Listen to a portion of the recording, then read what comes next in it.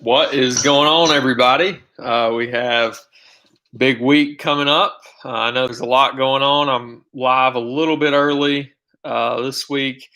I'm going into the second leg of the PGA Tour playoffs. Had to go a little bit early. Got some things going on tonight. I know there's a lot going on with everybody right now with MLB and things. I think we actually just got a game canceled. Reds, maybe. Yeah, with all these cancellations, I can't hardly keep up. NBA canceled today, but going a little early. So if you are watching this on a delay, be sure to join us in the Slack to ask any questions.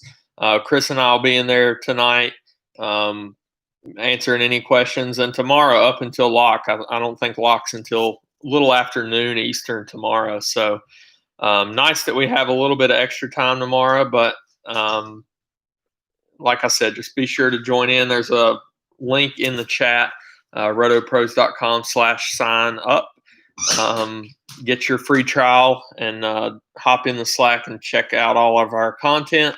We have tons of other sports going on, like I mentioned, NBA, MLB, NHL, it's a crazy world we're living in right now. That's with everything going on in these playoffs and MLB regular season. We just got a ton going on over at RotoPros, so be sure to join in. NFL and college football coming up very soon. So join us there, and golf's not going anywhere. We have a couple playoff events left, and then we have 1 week, and then the U.S. Open. Then the fall swing coming up as well. That'll be capped off really by the Masters there in November. So I'm going to go ahead and jump in. I'm just going to talk about the course. Be sure, if you have any questions, to drop them into chat. And like I said, if you're watching this on delay, I know I had to go a little bit early tonight. I'm sorry about that. But we will be in the Slack all night and tomorrow morning. So I'm just going to go ahead and jump in. So we have the BMW Championship this week. It was kind of interesting watching last week. It was kind of a blowout, if you want to put it that way, for Dustin Johnson. Ran away with it, trailing, it felt like, after the first day or so. So he really took control of this FedEx Cup. He's on top of the standings now. Looks to be in prime position headed to East Lake. This week, BMW heads to Olympia Fields. We don't see this course very much in the rotation. We've saw it a lot on the college ranks. They have seen it a lot in a college event, but not many guys in this field have really played the course. It hosted a U.S. Open back in 2003 or something. Hosted a women's PGA a few years back, but we don't see it with a PGA Tour setup at all in recent history. So it'll be interesting. There's a lot of talk out there of how the course is going to play, whether it's going to play tough or a little bit easier, just with being a PGA setup. I mean, last week it looked to be set up crazy easy. Not really what I was expecting, I guess, in a PGA Tour playoff event. I would think it'd be a bit tougher, but that's what these guys that's what the PGA Tour wants us to see, I guess. So I think it's going to set up a little easier than what some people are expecting, just based on how the tour likes to set up their events. I don't think it's going to be anywhere close to as easy as last week, but I think we do see between 15 and 20 under is my prediction for a winning score.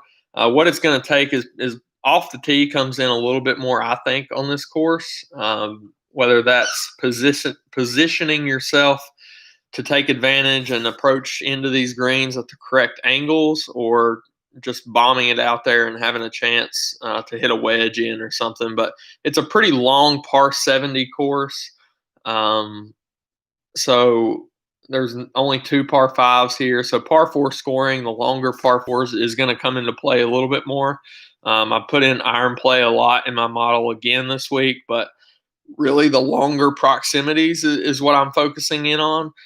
from really 175 to 200 and 200 plus are the main proximity ranges on Fantasy National that I'm using this week. And then I threw in that par 5 or par 4 scoring from 450 to 500 to make sure I get even more of the long irons and longer, playing those longer par 4 as well. So as far as key stats, I mentioned most of them. But off the tee, approach the proximity ranges. I threw in some around the green. Historically, here in like a U.S. Open, obviously, around the green's been pretty important, but I don't think it's going to be very important here. People are going to be hitting greens, and you're going to need them to hit greens to be able to score. But I did throw it in there just to look at it. And putting as well, another really just to look at stat that I'm in there that's in my model this week. So I'm going to go ahead and jump into these price ranges. It's a no cut event. We saw that at the WGC, all the WGCs we see it, but a few weeks ago, right before the PGA, we saw a no cut event. I think this is really an event that you need scoring when you have no cut. I mean, it bunches up the scoring a little bit more because somebody could have an awful first 2 days and then go out on the weekend and make a bunch of birdies for you. They're not going to finish very well. I got my dog coming in the background there. Might not finish very well as far as placement position, but they're going to score a lot of DraftKings points for you. So that is really the more important thing this week. People can outscore their finishing position. Say somebody finishes 20th, they might be 10th in DraftKings scoring and really pay off for somebody. That might be a touch extreme, but I think we could see it this week. So the cut, I mean, you can throw in some of those 6K guys that might have a little bit more of a chance to do what I just said. Because they don't have to worry about a cut the first 2 days. They might be out there firing. They need a very top finish to get in to the East Lake, to the Tour Championship. So they're going to be out there being ultra aggressive all week long. They need to make a bunch of birdies. Some of them do. Some of them are right on the cut line, and that just adds to their value too, because I think they'll be grinding all week to get to the Tour Championship. It's a big thing for these guys. So, and some have not had the opportunity to do it before. I mean, some of these lower guys have not been in this position much before for the FedEx Cup playoffs, that is. So it's going to be an interesting, like I said, it lends itself to a bit more of a stars and scrubs build. I said that in my article. So I guess a contrarian way to go might be actually a balanced build, but I think the stars and scrubs does open up some of these top guys. We see the top guys win year in, year out in these events. We saw it last week. Dustin Johnson, he was one of the studs in the field, obviously, and dominated it. So this 10K and up range, we lost one with Webb Simpson WD. Not sure really what the deal is. I mean, I know he's played a lot since the restart, so I guess he's just taking a week off. But with the way they do the Tour Championship, it was interesting to see him take a week off because of how they tier the starting positions for next week. The leader of the FedEx Cup starts at 10 under par, I believe, and then they kind of tier it down from there. So it's pretty important to be in that at least top 10 going in. I think he will stay something similar, but he's going to cost himself a shot or two going after that 15 million. But anyway, he's not in the field this week. He was 10-1. So we have Rory at 10-3 all the way up to DJ now at 11-5. He's the top price guy. Looks to be in good form. 2 wins since the restart. Not sure what the 2 weeks of shooting 80 almost every round was, but that looks to be behind him. He dominated last week. We saw back-to-back winners. And looking at ownership projections for DJ, he's not going to be the top owned guy up here. I don't know if that's because of price or people just leaning on that can't do it back-to-back, but I think he can definitely do it back-to-back. We saw Bryson win a couple in a row before. We see guys get on these runs during the playoffs year in and year out and just continue to push forward. I think he can definitely do that this week. 11.5 is a steep price, but like I said, you can squeeze in some of the low 6K guys because there is no cut this week. But my favorite up here is Justin Thomas. He looks to be the highest owned golfer in this range, around 20%, but it's not out of control. 10.8, he's not the highest price guy. He's the third. I really like the way his game is, especially in these no-cut events. He won the last one, the WGC, and we knew he played well before that. He's had a great history in the playoffs as well. And I just like the way that he's playing. He's second in my model this week. He's gained on approach, obviously, since every event since the Travelers, and pretty much every event that he plays, he does. He's been struggling the last 2 weeks, was putting 3.5 strokes lost putting at the PGA and 4 last week at the Northern Trust for kind of middling finishes coming off that win. I really think he can bounce back this week. He's not gonna stay down there for very long. So I think he puts together a good week. After him, my second favorite two are actually Rory and Bryson for 2 different reasons. So for Rory, for me, it's just because of his price, 10.3. He's the lowest priced up here, and he's not super popular. For Bryson, it's because of the ownership. He looks to be the lowest owned guy up here. He won the U.S. Amateur here a few years back. I'm not sure that means anything, but he does have experience around here, and he's been playing well, since the restart, kind of this different game that he's brought. I think he can turn it around, what he's done the last couple weeks. Doesn't pop super high in my model. Struggled last week missing the cut, but at the PGA he was just fine. He obviously tons of strokes off the tee, which I think will help him this week for sure. So Rory, he's the guy that's been out of form the most of these top guys. For me, I said it is price, but last week he did gain on approach and kind of had some abnormalities everywhere else in his game. I don't think he's a guy that's going to play as bad as he's been playing all the time. I mean, he's not playing. He's made however many cuts in a row. He's not missed a cut or anything, but it's not the form we saw at the end of last year and early this year where he was top 5 every start. So I think Rory's going to get it turned around, and at a little bit lower ownership and a little bit lower price, I think he's fine this week. So that's kind of how my top range goes. JT, and then it's Bryson and Rory, and then DJ actually is 4th for me. But all of them are viable in whatever type of build you're doing this week. You just have to kind of, whether it's single entry or you're doing multi-entry, you just kind of got to think of what are other guys going to be doing. If you have a strong conviction on one of them, if you love DJ, love that form, by all means go in on him. But you will get a little bit lower ownership on Bryson and Rory, which is interesting to me. And JT is just all around best play for me up there. So dropping into this next range, I think you can definitely start a build down here. It's probably not going to be the optimal type construction. So it's not going to be the optimal construction, I don't think, because of the win equity that you have up top. But there are some definite guys in this mid-range that, I mean, I might do it in the single entry build. Start with a guy. Maybe one of my top plays of the week for sure is Xander Schauffele, 9,900. He's a little overpriced in both the DFS and betting market, I think. But I really like how he plays in these no-cut events, almost like JT. He's won the Tour Championship, the tournament, not the FedEx Cup, but he's won the Tour Championship before.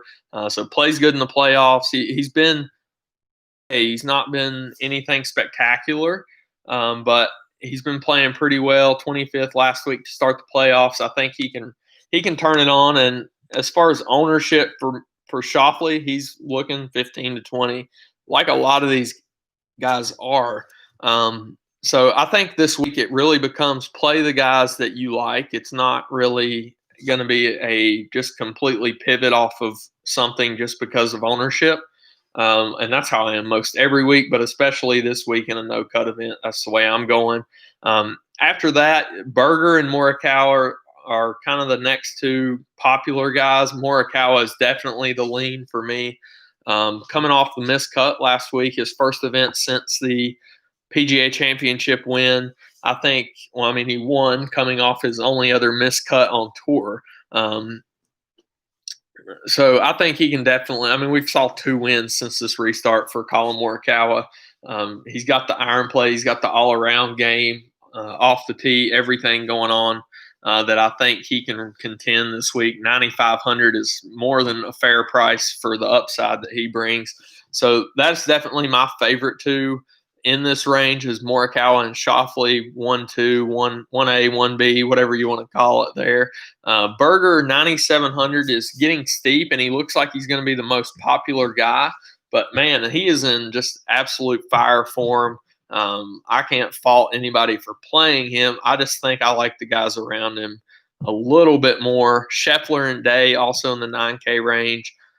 Day, man, I didn't like what I saw out of him last week. I finally got in on him, and he lost his irons. So I guess I just have a curse going right now with guys. But Jason Day is a fade for me. He's going to be the lowest owned up here, but he's going to be a fade. Scotty Scheffler, man, 9,000. But he's playing very well. I don't think I can get there at 9,000 with some of the plays around him. So in the 8K range, you got a lot of interesting options. Hold on just a second. Let's see. So the top of the range is Patrick Cantlay, bottom Billy Horschel, who stays in there at 8,000. My favorite in this range, and I've kind of talked about it in my article, is Victor Hovland. I like that he's played here in that college event and got some experience, but he's kind of starting to be the forgotten guy as far as these Wolf, Morikawa, the new breed of golfer, I guess, coming up. But he looks to be about 10-15% on this week. Not in the best of form. He's kind of done it putting the last couple weeks to finish 33rd and 18th, which is not really what we like to see, but he's been fine. And I don't think that he's going to I think he's more of the iron player that we saw from the restart through the workday than what he's been since then. He gained 2.4 on approach last week and had a great putting week to finish 18th. But now that he has seen this course, I think it's he's proven that in courses that he saw, kind of like the U.S. Open last year, he saw in his amateur days that he can come back and play pretty well there. So I'm definitely going to Victor Hovland this week. 8,100 is a great price. He gets all 4 rounds for sure, and he's a guy that can score for no doubt about it. Tony Finau, man, I can't believe he missed the cut either last week. He comes in 5th in my model. I really don't like what I saw last week overall from Tony Finau. I loved what I saw coming in. Maybe this is a course that can go back to being a little bit tougher, and he liked the PGA Championship, and he gained 7.6 strokes on approach there. But he's definitely a volatile guy. Can get you that top 5, but he could get you not a missed cut this week, but he could get you a 40th, 50th place finish that's not going to pay off. But if he is playing well, he can finish 10th and get you a top 5 DK scoring week. So he's fine to go back to. He might be one of the guys that burned everybody last week, and now they're back on him. But I think he's going to be fairly popular in this range, still under 9K. Will pop for a lot of people. Tiger, man, I don't like he's been okay, but I just don't like his form. He is playing back-to-back weeks now. The iron play is fine. I just don't like his overall game and what I see out of him. It's almost like a day-to-day thing right now with him, never knowing what you're going to get. I don't like that for my DK lineups. but we know the upside, obviously, that Tiger brings. If he can put it all together and maybe playing a couple weeks in a row, he can put it all together. I don't think he's going to be very popular, sub 10%, so you could take a shot on him. Other guys, Reed is another guy. I think he won a FedEx Cup playoff event last year. I think it was the Northern Trust. Let's see. Yeah. So he didn't play particularly well last week after coming off of 2 solid weeks at the Wyndham and the PGA Championship. So another week in a row for him. He's played every week since the start of August at the St. Jude and made every cut. So he's played all the weekend. He's okay. I don't think I'm going there this week. He looks to be right around the 10, 12% ownership. Not for me this week. More guys that are for me, especially in like a cash game look, is Harris English, 8,300. And Adam Scott for GPPs is the last two that I want to mention in this range. Harris English has just been on some kind of crazy run since the fall swing, and he did not stop last week, 19 under, and should have probably won if there wasn't a DJ, but there was. He gained 3.8 on approach and 4.6 putting to finish second last week.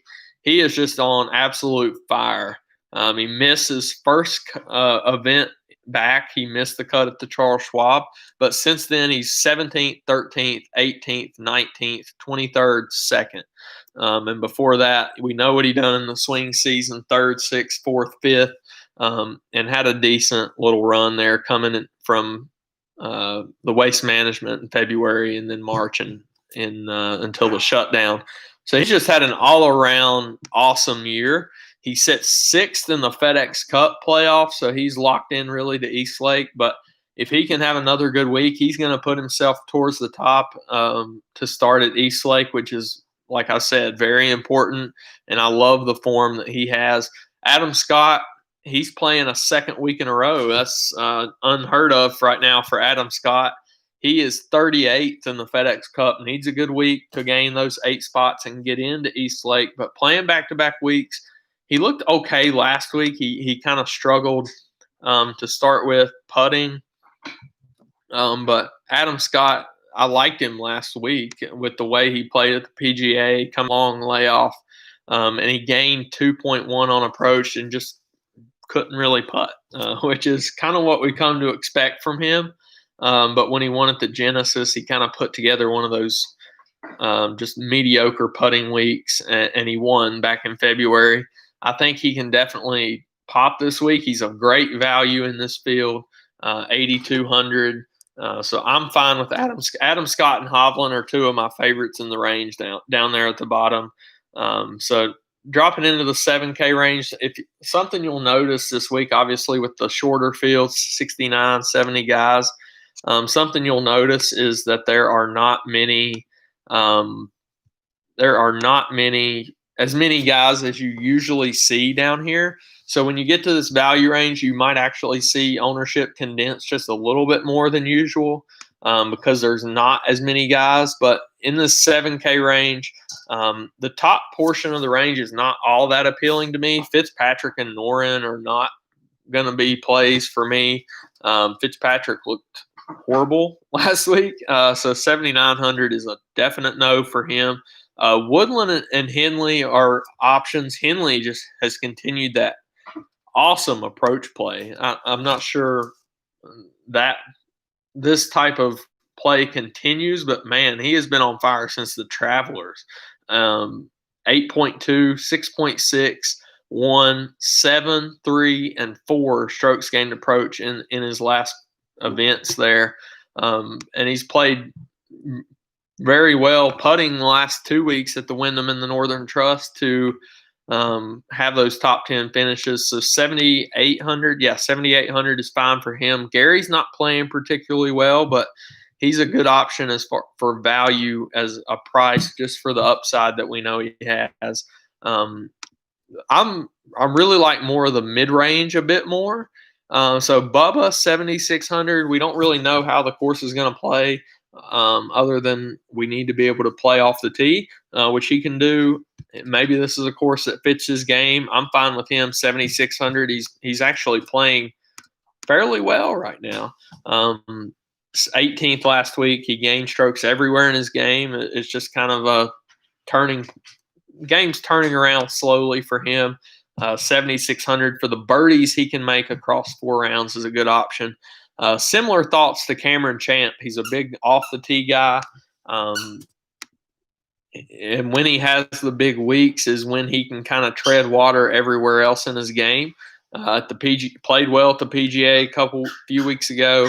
6.3 strokes he gained off the tee there. Last week missed the cut, but lost 3 putting in 2 rounds and really didn't gain a ton off the tee. He's kind of a volatile guy that I'm definitely fine going with in GPPs. Let me check his ownership really quick here.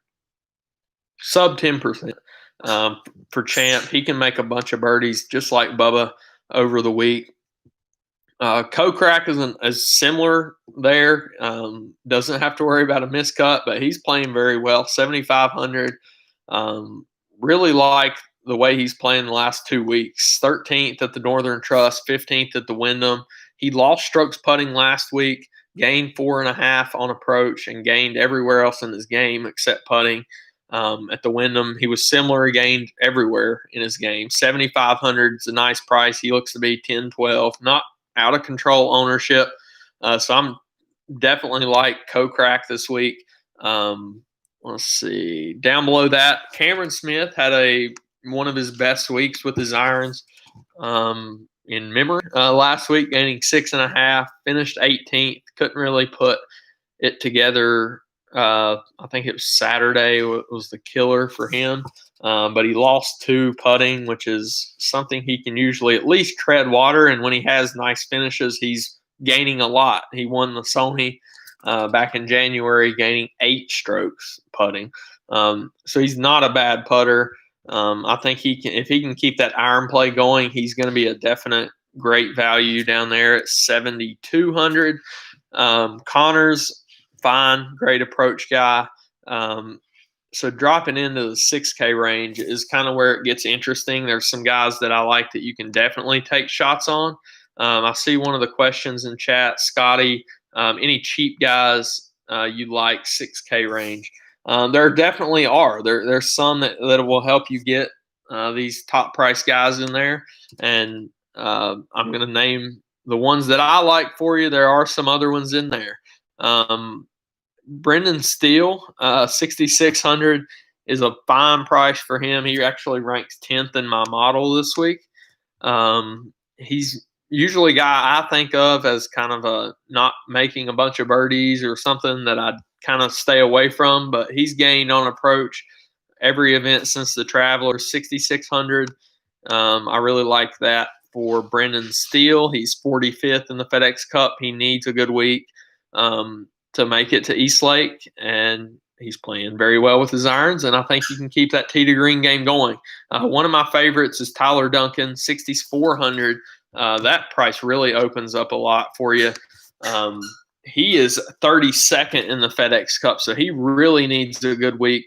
And he's going to be battling. I mentioned that in my article. He's going to be battling all week no matter what happens. So he's always going to be out there trying to make a bunch of birdies for you because he's probably never going to be out of the picture unless he just completely blows it the first couple of days. He's not going to be out of the picture trying to get in that top 30. 29th last week at the Northern Trust. He gained almost 5 strokes on approach.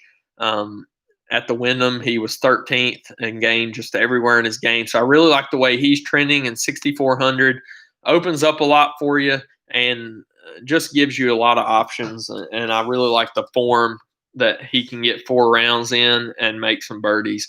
Robbie Shelton is actually a guy who's had success here back in college, or maybe it's the U.S. Amateur, one of the two.